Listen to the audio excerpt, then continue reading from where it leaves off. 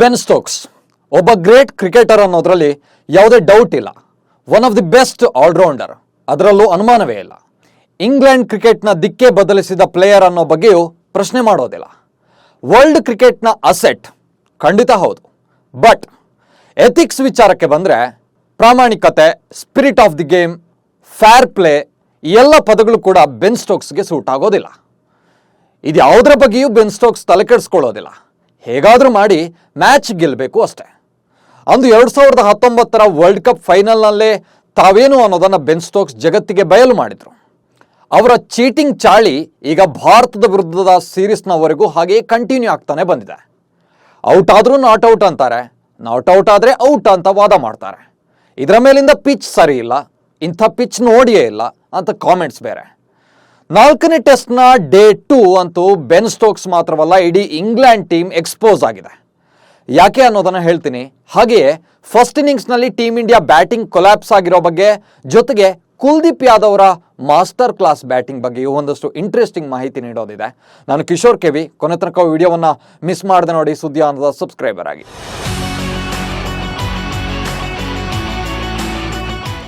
First Ben Stokes ರನ್ನ roast ಮಾಡೋಣ. 4ನೇ ಟೆಸ್ಟ್ನ 2ನೇ ದಿನ ಇಂಗ್ಲೆಂಡ್ 353 ರನ್ಗೆ ಆಲ್ಔಟ್ ಆಗುತ್ತೆ. ಭಾರತ ಬ್ಯಾಟಿಂಗ್ ಶುರು ಮಾಡುತ್ತೆ. ಈ ಇನ್ನಿಂಗ್ಸ್ನಲ್ಲಿ ಇಂಗ್ಲೆಂಡ್ಗೆ ಬಿಸಿ ಮುಟ್ಟಿಸಿದ್ದು ಅಂದರೆ ಅದು ಯಶಸ್ವಿ ಜೈಸ್ವಾಲ್. ಆರಂಭದಿಂದಲೇ ಜೈಸ್ವಾಲ್ ತುಂಬ ಚೆನ್ನಾಗಿ ಆಡ್ತಾ ಇದ್ರು. ಆದರೆ ಮ್ಯಾಚ್ನ 20ನೇ ಓವರ್ ವೇಳೆ ಆಲಿ ರಾಬಿನ್ಸನ್ ಬಾಲ್ ಎಸಿತಾರೆ. ಯಶಸ್ವಿ ಜೈಸ್ವಾಲ್ ಕವರ್ ಡ್ರೈವ್ ಹೊಡೆಯೋಕೆ ಮುಂದಾಗ್ತಾರೆ. ಬಟ್ ಬಾಲ್ ಬ್ಯಾಟ್ನ ಎಡ್ಜಿಗೆ ಜಸ್ಟ್ ಟಿಪ್ ಆಗಿ ಕೀಪರ್ ಕೈ ಸೇರುತ್ತೆ. ಡಿಸಿಷನ್ ಥರ್ಡ್ ಅಂಪೈರ್ಗೆ ಹೋಗುತ್ತೆ. ಆಗ ರಿಪ್ಲೈ ನೋಡುತ್ತಲೇ ಥರ್ಡ್ ಅಂಪೈರ್ ಫೈನಲ್ ಡಿಸಿಷನ್ ಕೊಡೋ ಮುನ್ನವೇ ಬೆನ್ ಸ್ಟೋಕ್ಸ್ ಸೇರಿದಂತೆ ಇಡೀ ಇಂಗ್ಲೆಂಡ್ ಪ್ಲೇಯರ್ಸ್ಗಳು ಸೆಲೆಬ್ರೇಟ್ ಮಾಡ್ತಾರೆ.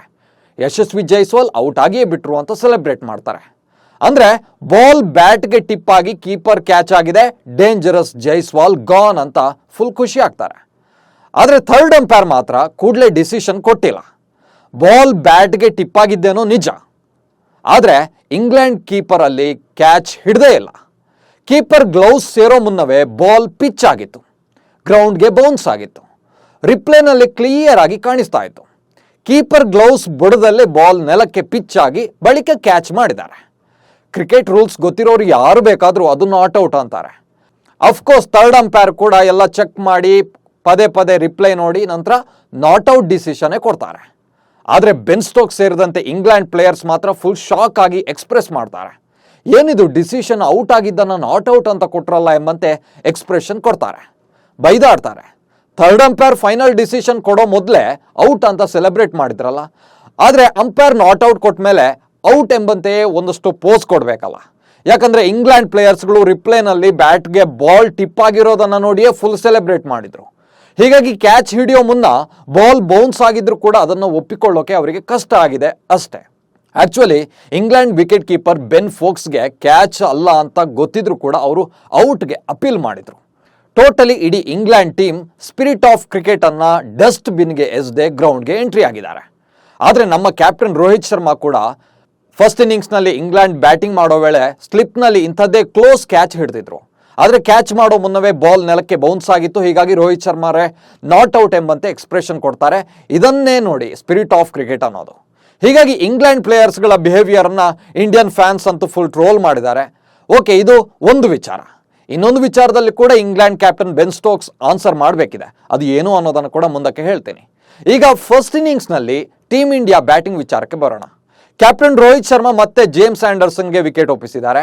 ಫಸ್ಟ್ ಇನ್ನಿಂಗ್ಸ್ನಲ್ಲಿ ಕೇವಲ 2 ರನ್ಗೆ ಔಟ್ ಆದರು. ಬಟ್ 2ನೇ ವಿಕೆಟ್ಗೆ ಯಶಸ್ವಿ ಜೈಸ್ವಾಲ್ ಮತ್ತು ಶುಭ್ಮನ್ ಗಿಲ್ ನಡುವೆ ಒಳ್ಳೆಯ ಪಾರ್ಟ್ನರ್ಶಿಪ್ ಬಂತು.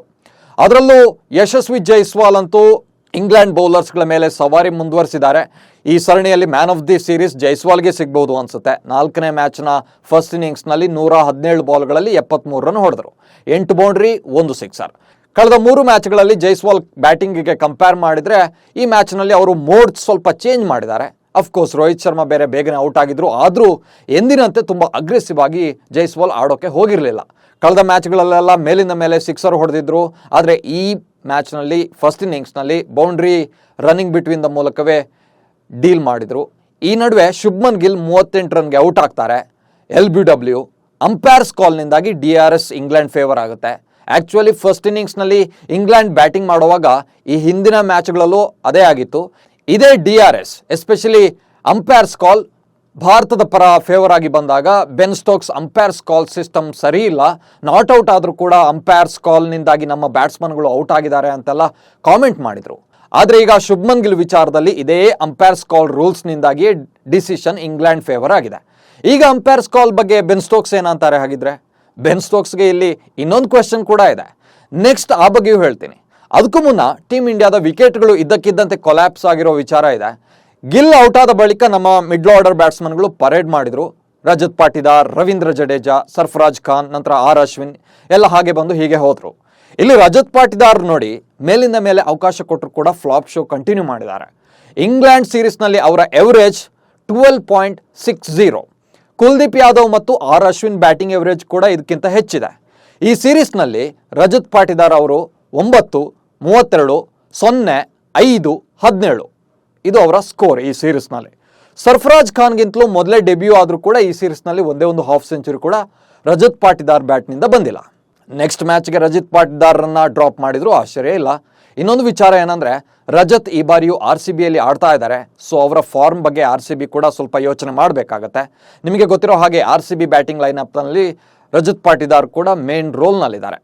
ಓಕೆ, 7 ವಿಕೆಟ್ ಕಳೆದುಕೊಂಡು ಟ್ರಬಲ್ನಲ್ಲಿರೋ ಟೀಮ್ ಇಂಡಿಯಾಗೆ ವಿಕೆಟ್ ಕೀಪರ್ ಧ್ರುವ್ ಜುರೆಲ್ ಮತ್ತು ಕುಲ್ದೀಪ್ ಯಾದವ್ ಸ್ವಲ್ಪ ನೆರವಾಗಿದ್ದಾರೆ. ಅದರಲ್ಲೂ ಕುಲ್ದೀಪ್ ಯಾದವ್ ಬ್ಯಾಟಿಂಗ್ ಮಾಡಿದ ರೀತಿ ಅಂತೂ ನಿಜಕ್ಕೂ ಇಂಪ್ರೆಸಿವ್ ಆಗಿತ್ತು. ಡೇ 1 ತುಂಬ ಸೀರಿಯಸ್ ಆಗಿ ಪ್ರೊಫೆಷನಲ್ ಬ್ಯಾಟ್ಸ್ಮನ್ ರೀತಿಯೇ ಬ್ಯಾಟಿಂಗ್ ಮಾಡಿದ್ದಾರೆ. 72 ಬಾಲ್ಗಳನ್ನು ಫೇಸ್ ಮಾಡಿ 17 run not out Kuldeep Yadav. Really good batting.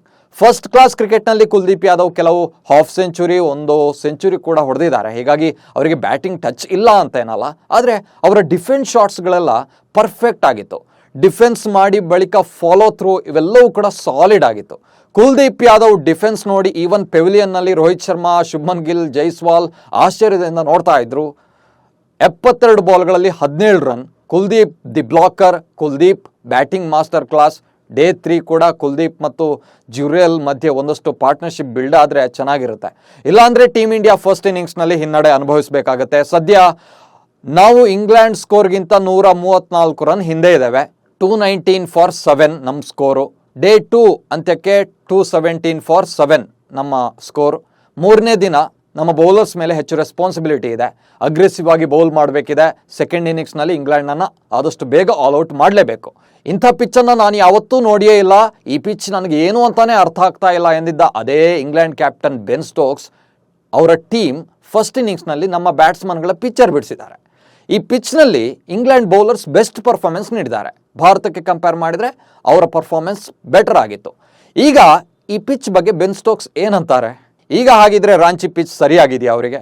But ಕೆಲ ಬಾಲ್ಗಳು ಸಡನ್ ಆಗಿ ತುಂಬ ಲೋ ಬರ್ತಾ ಇದೆ, ಕೆಲವೊಂದು ಭಾರಿ ಬೌನ್ಸ್ ಆಗ್ತಾ ಇದೆ ಸಡನ್ ಆಗಿಯೇ.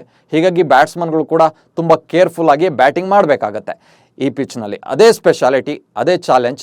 ಓಕೆ, ಜೈಸ್ವಾಲ್ ನಾಟ್ ಔಟ್ ಆದರೂ ಇಂಗ್ಲೆಂಡ್ ಟೀಮ್ ಔಟ್ ಅಂತ ವಾದ ಮಾಡಿರೋದು, ಸೆಲೆಬ್ರೇಟ್ ಮಾಡಿರೋದು, ಬೆನ್ ಸ್ಟೋಕ್ಸ್ ಬಿಹೇವಿಯರ್, ಅವರ ಮೊಸದಾಟವಾಡೋ ಚಾಳಿ ಬಗ್ಗೆ ನಿಮ್ಗೇನು ಅನಿಸ್ತು? ನಿಮ್ಮ ಒಪಿನಿಯನ್ ಏನು ಅನ್ನೋದನ್ನು ಕಾಮೆಂಟ್ಸ್ ಮೂಲಕ ತಿಳಿಸಿ. ಸುದ್ದಿಯನ್ನು ಫಾಲೋ ಮಾಡಿ.